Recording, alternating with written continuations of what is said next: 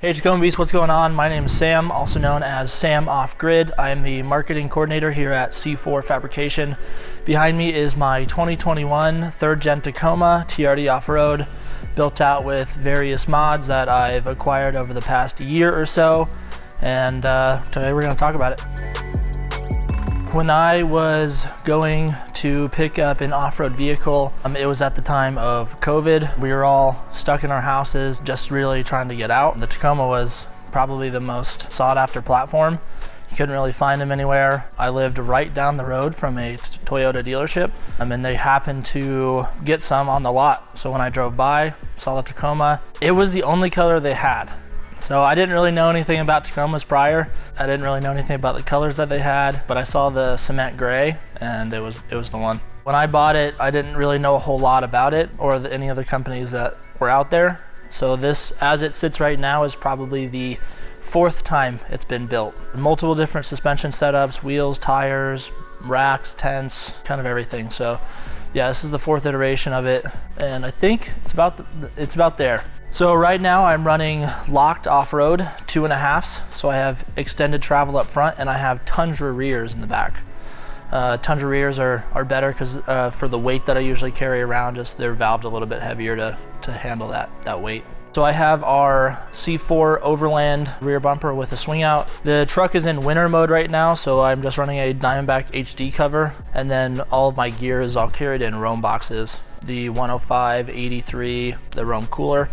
And that's about the winter mode. In the summer mode, I usually carry an extrusion overland rack and then a Free Spirit Recreation Aspen 10, which is their 49-inch. Yeah, so that's the Crazy Beaver shovel. Most people carry, I think, Rotopacks, and that's what our mount is meant for, but yeah, I really like the design of carrying the shovel back there. My roof rack is from Sherpa Equipment Company. That is the Grand Teton, or the Teton, I believe they just changed it to. And then I have a Roam 83 mounted at the top of that. That is a Air Raid snorkel, one of the newer designs that has come out, and it's honestly probably my favorite design to date. It, you know, kind of is less bubbly and really sleek. Does that Air Raid snorkel change the sound of the engine at all? Not that I've noticed, although when you have 35s and you're lifted and have boxes and stuff like that, with all the noises that happen, especially running mud terrains, the noises kind of mix in anyways, so I haven't really noticed any. But when I installed it, I was clearancing my tires for the fender clearancing, and that was kind of the only solution to air intake, was just get a snorkel with open fenders like that. But now I have the OTF kit from C4, so snorkel paired with the OTF kit really is a really nice pair.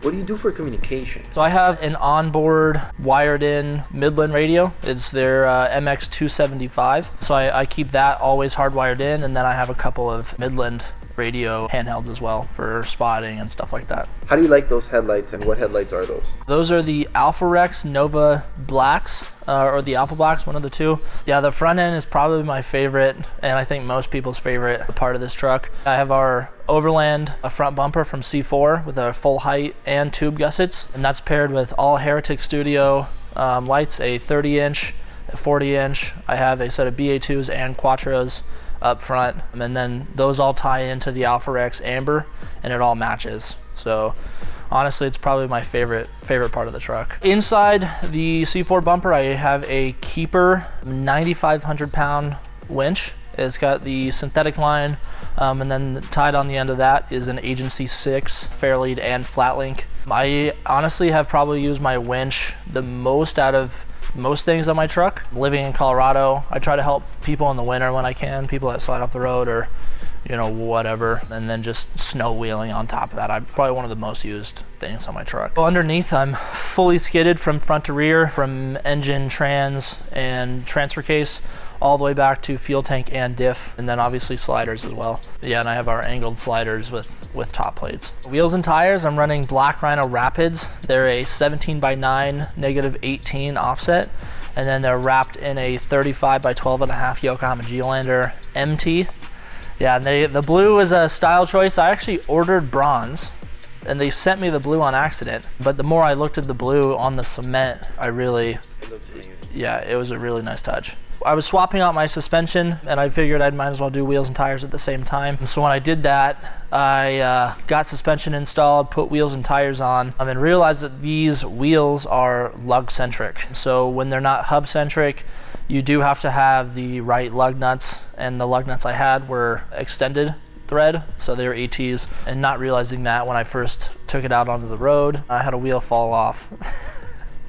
Yep, so I got probably about 100 feet, wheel fell off, started rolling, slammed down on my whole hub assembly, and wheel and tire bounced up into my fender. Yeah, not my proudest moment. Prior to this, I did pretty much all the work on my truck myself, so I installed my suspension, I put my wheels and tires on, and that's when I realized I had the wrong lugs. Thankfully, as soon as I got down the road, there were actually construction workers right where it happened, and they had a forklift. They witnessed the entire thing happen, pulled their forklift off, lift my truck up. I was able to get the wheel and tire back on and snug it and just get back to the shop. And then ended up heading over to pick up different lug nuts and get the right ones, and then swapped everything else out. The sketchiest thing too was when I got back to the shop, I realized that my passenger tire, like the lug nuts had walked himself out on that side too. The other side wheel and spindle incident happened probably about 3 weeks after that. So first wheel fell off, and then within 3 weeks the second wheel fell off. And that was, I was out camping by myself out in Crested Butte, Colorado, also by myself.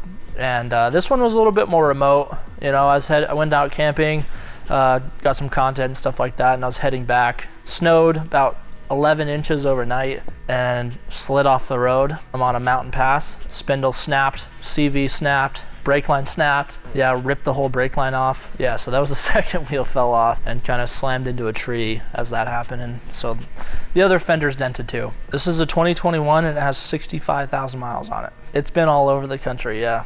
Yeah, been to 23 national parks and I think just as many states. I think a lot of people buy their trucks and they see that mileage count to start to go up, but I mean at the end of the day, if you're buying it and doing these things with it, I think it's about the experiences that truck can bring you. And I mean, if it weren't for maybe if I had gone with a different platform, I don't know if it would already have gone this far, but as far as the Tacoma platform, I mean, everything that's already happened to it, the reliability that this thing has given me, I mean, it's brought me back every single time, even with the issues happening. So I definitely don't regret getting a Tacoma. My first recommendation, and I tell this to anyone that sends me a DM and asks me the same question, I always tell them to get sliders first. Get rock sliders first. We can take a look at it, but I do have rocker damage as well, because at the time of ordering, I mean, we were at a 14-week lead time for most custom fabricated parts.